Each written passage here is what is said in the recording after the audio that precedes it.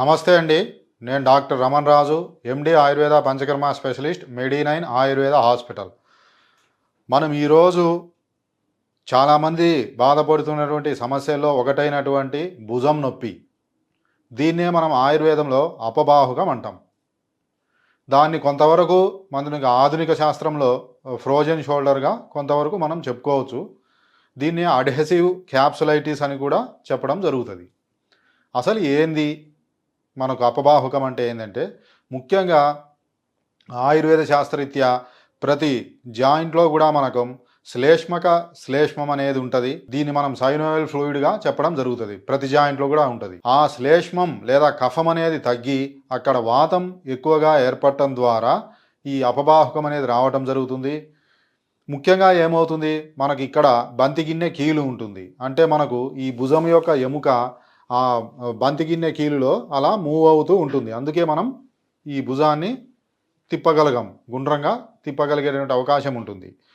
ఇప్పుడు ఏమవుతుంది అంటే, మనకు కొన్ని కారణాల వల్ల ఆ కఫం శ్లేష్మం తగ్గి వాతం పెరిగి అక్కడ ఉండేటువంటి లూబ్రికేషన్ అనేది తగ్గి అతుక్కపోతాయి. రెండు జాయింట్స్ అనేవి స్మూత్గా తిరగకుండా గట్టిపడిపోవటం జరుగుతుంది. దానినే మనం అపబాహుకం అంటాం. ఇది కఫ మరియు వాత దోషాల వల్ల రావడం జరుగుతుంది. దీన్నే ఆధునిక శాస్త్రంలో కొంతవరకు ఫ్రోజన్ షోల్డర్గా మనం చెప్పుకోవచ్చు.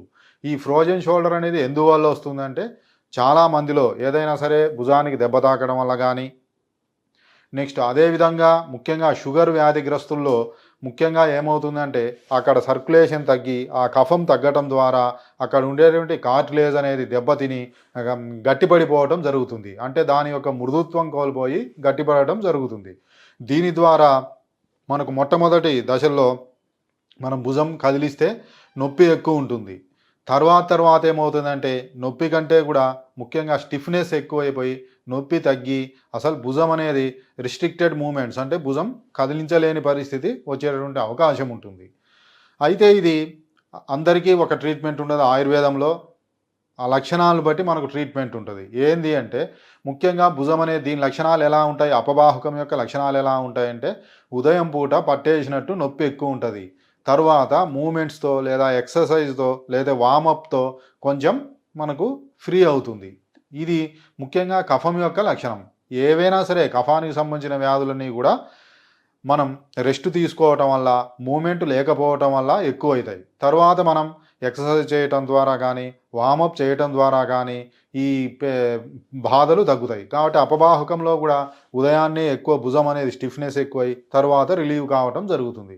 కాబట్టి ఇది కఫవాతం వల్ల వచ్చినటువంటి సమస్యగా మనం చెప్పుతుంది. ఆధునిక శాస్త్రరీత్యా కూడా ఇది ఎక్కువ మధుమేహం వల్ల వస్తుంది. ఇంకా మనకు ఎక్కువగా ఈ కఫ సంబంధించిన వ్యాధుల్లో అంటే ట్యూబర్క్లోసిస్ వల్ల వచ్చే అవకాశం ఉంటుంది. ఏదైనా సరే క్యాన్సర్ వల్ల లేదా క్యాన్సర్కు వాడేటటువంటి రేడియేషన్ థెరపీ, కీమోథెరపీ వల్ల కూడా ఈ సమస్య వచ్చేటువంటి అవకాశం ఉంటుంది. ఇంకా మనకు బోన్కు సంబంధించినటువంటి వ్యాధుల్లో వస్తుంది. సరే, కారణాలు ఏదైనా లక్షణాలు అనేవి ఈ విధంగా ఉంటాయి. కొంతమందికి ఈ భుజం నుంచి ఈ కింది వరకు ఈ కండరాలు పట్టేయటం ఇవన్నీ కూడా మనం చూస్తుంటాం. అలానే మనం ఎక్కువ రోజు నుంచి నిర్లక్ష్యం చేస్తే పైన ఉండేటటువంటి టెండాన్స్, లిగమెంట్స్ కూడా సన్నబడి భుజం కిందికి జారటం, సబ్లక్జేషన్ అంటాం. ఇలాంటివన్నీ కూడా మనం చూస్తుంటాం. మరి మనం ఈ అపబాహుకం లేదా ఫ్రోజన్ షోల్డర్ను ఆయుర్వేదంలో ముఖ్యంగా ప్రాథమిక దశలో అయితే ఇంకా మనకు పూర్తిగా సింపుల్గా తగ్గించవచ్చు. సరే, మనం మొట్టమొదటి దశలో ఉన్నప్పుడు ఇంట్లో ఉండేటువంటి కొన్ని గృహ చిట్కాల ద్వారా కూడా మనకు ఈ సమస్య అనేది తగ్గుతుంది. సపోజ్ దొడ్డుప్పు ఉంటుంది. ఈ దొడ్డుప్పును మనం పెంకులో వేసి వేడి చేసి దాన్ని ఒక కాటన్ దాంట్లో ఒక మూటలాగా కట్టి కాపడం పెట్టాలి. ఈ కాపడం పెట్టడం ద్వారా స్టిఫ్నెస్ తగ్గుతుంది. ఈ స్టిఫ్నెస్ తగ్గేంత వరకు ఆ కాపడం తగ్గాలి. స్టిఫ్నెస్ తగ్గి నొప్పి వచ్చిన తర్వాత మాత్రమే ఆయిల్ అనేది అప్లై చేయవలసి ఉంటుంది. ఇంకా మనం దొడ్డు ఉప్పు లేకపోతే ఇసుకను వేడి చేసి దాన్ని మూట కట్టి కాపడం పెట్టవచ్చు. ఇంకొకటి మనం గుర్తుపెట్టుకోవాల్సిన విషయం ఏంటంటే, మంచి నువ్వుల నూనె, మనం గానుగ దగ్గర పట్టించినటువంటి నువ్వుల నూనెను మనం ఈ ముక్కులో ఒక 10 చుక్కలు, ఈ ముక్కులో ఒక 10 చుక్కలు వేసుకుంటే ఈ ముఖ్యంగా ఈ ఫ్రోజన్ షోల్డర్ అనేది తగ్గే అవకాశం ఉంటుంది. ఇంకా మనకు ఆయుర్వేద పంచకర్మ చికిత్సల్లో దీనికి ముఖ్యంగా నస్యకర్మ, అదేవిధంగా ఇక్కడ పొడికిడి అంటాం, దాన్ని మనం చూర్ణపిండ స్వేదం అని, ఇంకా మనకు పత్రపోటలి స్వేదం అని, కొన్ని ఉపనాహ స్వేదమని, కొన్ని రకాల కేరళ పంచకర్మ చికిత్సా పద్ధతులు ఉంటాయి.